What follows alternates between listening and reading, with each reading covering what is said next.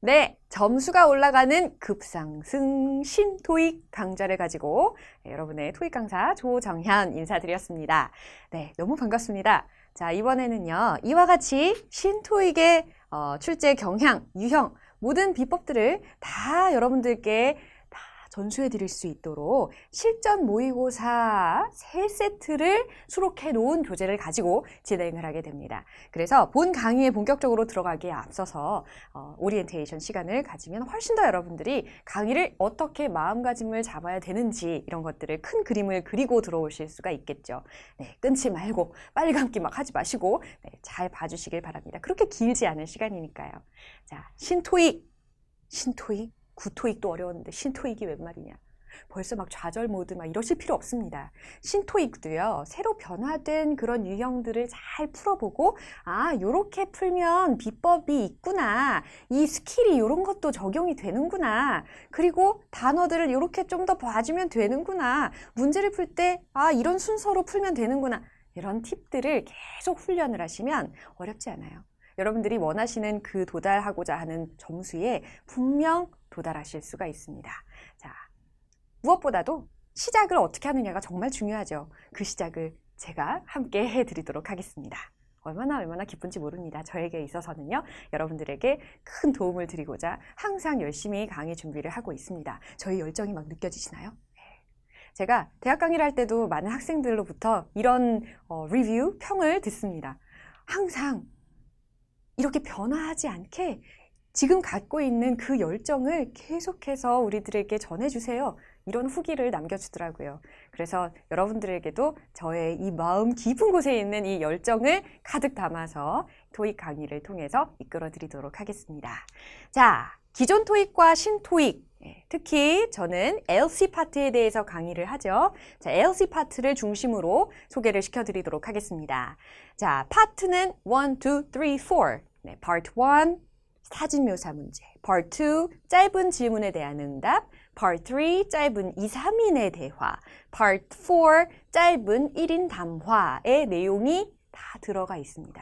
이렇게 LC에서는 크게 4개의 파트로 구성이 되어 있어요. 근데 기존에는요, 파트 1이 10문항이었는데요. 이번 신토익에서는 6문항으로 문항수가 줄었습니다. 네, 문항수가 더 늘었으면 좋았을 텐데, 원래 우리가 예전에 뭐 중고등학교 시절에서도 사진묘사 문제 보면 대부분 다 그냥 점수 주는 문제구나 막 이렇게 생각을 했었잖아요. 그래서 토익 LC에서도 사진묘사 문제가 좀 그래도 좀 쉽게 느껴졌기 때문에 이 부분의 문항이 줄어서 조금 아쉬운 분들도 계실 겁니다. 하지만 뭐 다른 부분에서 더 우리가 챙기면 되니까요. 그죠? 그리고 이왕 토익 공부하는 거 그동안에 약간 취약했던 나의 영어 실력 제대로 한번 길러볼까? 이런 목표를 가지시고 시작하시면 훨씬 더 성취감을 많이 느끼실 거라고 생각합니다. 자, 여하튼 10문항이 6문항으로 줄었고요. 요거 절대 틀리시면 안 되겠습니다. 자, 그 다음 파트 2. 짧은 질문에 대한 응답의 유형입니다. 그래서 한 사람의 성우가 이렇게 질문을 해요. 그러면 A, B, C 보기를 숑숑숑 짤막짤막하게 이야기를 해주는데 그 중에 가장 적절한 것을 골라야 됩니다. 기존 문항수는 30문항이었는데 새로운 문항수에서 25문항으로 줄었어요. 오, 이거 좀 반가운 소식이 아닐 수 없습니다. 왜냐하면 파트 2는 굉장히 빠른 속도로 슉슉슉슉 지나가기 때문에 아, 이거 좀 어렵다. 아, 못 들었어요. 맨날 놓쳐요. 막 이러시는 분들이 많이 계시거든요. 근데 이 부분의 문항수가 5문항이 줄었기 때문에 우와, 너무 잘 됐다 라고 생각하시는 분이 많이 계신 것 같습니다. 자, 하지만 줄은 만큼 스피드가 좀 더 빨라진 경향이 있어요. 그래서 여러분들이 평상시에 저와 함께 강의를 진행을 하시면서 빨리 감기 1.5배속, 2배속 막 이렇게 해가지고 리스닝을 훈련을 하시는 것도 강추해드립니다. 자, 그 다음 짧은 2, 3인 대화에 관련되어서 30문항이었는데 이제 신토익에서 여기에서 줄이더니 여기에서 대폭 늘렸네. 39문항으로 늘었습니다. 네, 짧은 2, 3인 대화. 자, 구토익에서는요, 2명의 대화자가 이야기를 하는 대화문이었어요. 그런데 신토익에서는요, 그 문제 세트 중에서 3인이 등장하는 문제가 하나 혹은 2개의 세트가 나오게 됩니다. 3인이에요. 뭐 여자 2이 나오고 남자 1명. 혹은 뭐 남자 2명, 여자 1명. 이런 식으로 나올 수가 있어요. 아니면 남자 2명, 여자 1명. 이렇게도 나올 수가 있겠죠. 여튼 이 문제들의 수를 늘렸습니다. 여러분들의 집중력을 바닥내려고. 하지만 이것도 푸는데 훈련이 필요하고 가이드라인을 제대로 잡으면 이거 할만한데 이런 도전 정신이 더 생깁니다. 본 강의 속에서 느끼시게 될 거예요. 자, 그 다음 파트 4는요. 짧은 1인 담화라고 했습니다. 한 명의 스피커가 주제별로 쭉쭉쭉쭉 이야기를 해 나갑니다. 그래서 30문항이 그대로 신토익에서도 30문항으로 유지가 되어 있습니다. 그래서 이 전체의 100문항을 45분 동안에 풀어야 돼요. 그리고 배점은 495점입니다. 495점을 딱 받았다 그러면 와, 나 LC에서 만점이네 이렇게 생각하시면 된다는 거죠. 얼마나 기뻐요. 이런 날을 꿈꾸면서 이제 다음 페이지로 넘겨보도록 하겠습니다. 아랫부분은 RC 파트이니까 RC 담당 선생님이 여러분들께 자세히 설명을 해드릴 겁니다. 자, LC 파트 1. 자, 여러분들이 이제 파트별 특징을 알고 목표를 잡고 들어가셨으면 좋을 것 같아서 제가 특별하게 이 페이지를 하나 더 넣어봤습니다. 자, 어떤 목표를 가져야 되느냐? 파트 1은 10문항이 6문항으로 줄었다고 했죠. 6문항으로 줄은 만큼 6문항은 다 맞아야 됩니다. 그래서 하나도 틀리지 않기, 이게 목표입니다. 6문항 다 맞기. 할 수 있어요. 네, 해봅시다. 자, 그 다음 파트 2는요. 짧은 질문과 짧은 답변들을 들으면서 그 중에 맞는 거 고르는 거잖아요. 그런데 의문사가 활용이 된 의문문이 정말 많이 나옵니다. 정말 다양한 의문문 종류가 있죠. 의문사가 들리는 의문문도 있고, 아니면 조동사가 들리는 의문문도 있고, 아니면 부정어가 같이 끼어져 있는 의문문도 있고, 부가 의문문도 있고, 평서문으로 질문을 이끌어내는 그런 의문문 유형도 있고요. 정말 다양합니다. 간접 의문문도 있고. 자, 그런데 그 중에서도 아무래도 의문사를 활용한 의문문이 상대적으로 많이 기출이 됩니다.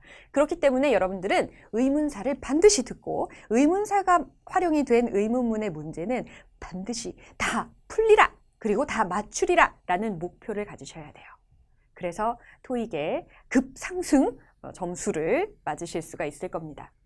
자, 그 다음 제가 앞에서도 설명을 드린 것처럼 신토익에서 파트 2는 스피드가 좀 더 빨라지는 경향이 있다고 했어요. 그래서 여러분들이 평상시에 이 속도감, 속도 훈련에 좀 더 포커스를 두셔야 좋을 것 같습니다.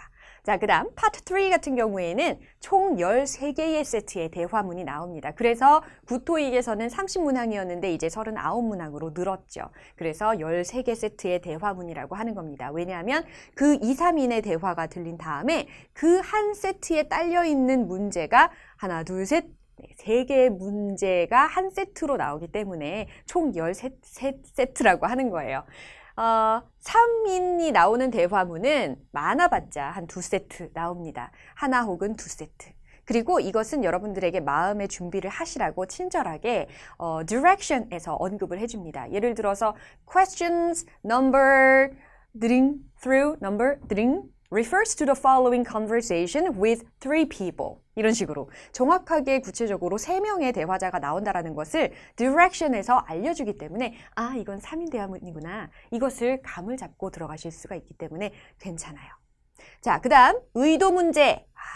문맥 속에서 그대로 들렸던 그 문장을 그대로 문제 속에 한 번 더 보여줍니다. 그래서 이 대화자가 이 문장을 왜 얘기를 했을까? 문맥적으로 파악을 해라. 의도를 찾아봐라. 라고 하는 문제가 나옵니다. 근데 이 문제는요, 난이도가 그렇게 어렵지 않아요.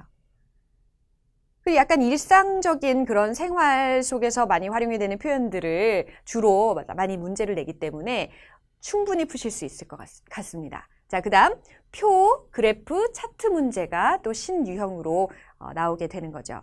표 문제, 차트 문제. 이거 우리가 예전에 고등학교 시절에도 많이 풀어봤을 거예요. 그죠? 어렵지 않아요. 괜찮아요.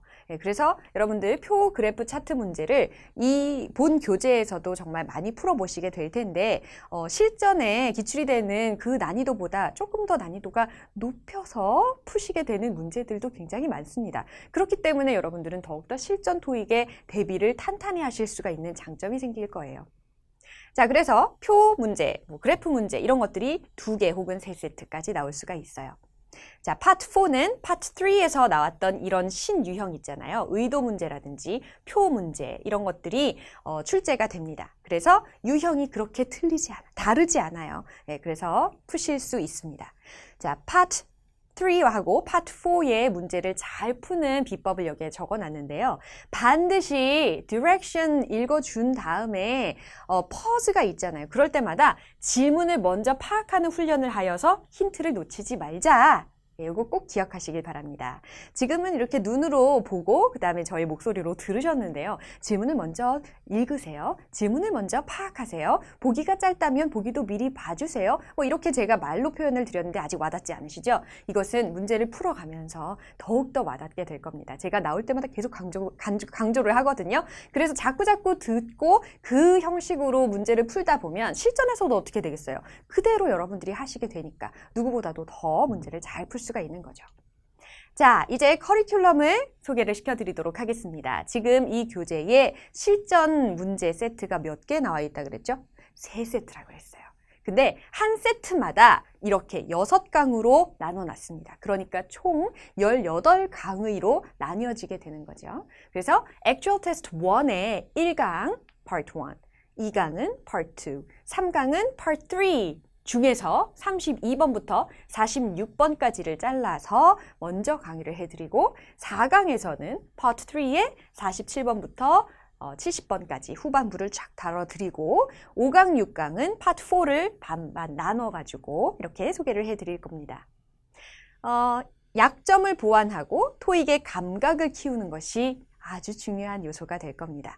여러분들의 취약점 있죠? 그 취약점을 정말 멋지게 보완할 수 있는 그런 강좌가 마련이 되어 있습니다. 자, 그러면 이제 다부진 각오를 가지고 여러분들과 본 강의 속에서 뵙도록 할 건데요. 교재에 그 Actual Test 1 페이지를 한번 착 펼쳐보세요. 그러면 왼쪽 페이지에 뭐가 보여요? 점수 그래프가 보여요. 점수 그래프에다가 LC 스코어, 그 다음 RC 스코어 이렇게 나뉘어져 있거든요, 표가. 그러면 LC 스코어에 Actual Test 1에서 점수, 2에서 점수, 3회분에서의 점수, 여러분들이 그래프로 그릴 수가 있는 표가 나와 있습니다. 이거 좀 해봄직스럽지 않나요? 그렇죠? 그래서 매 회차를 거듭할수록 나의 약점이 이렇게 보완이 되어서 점수로 나타나는구나. 이걸 보시면서 내가 토익이라는 인증시험을 준비를 했는데 영어 실력에 자신감도 생겼다.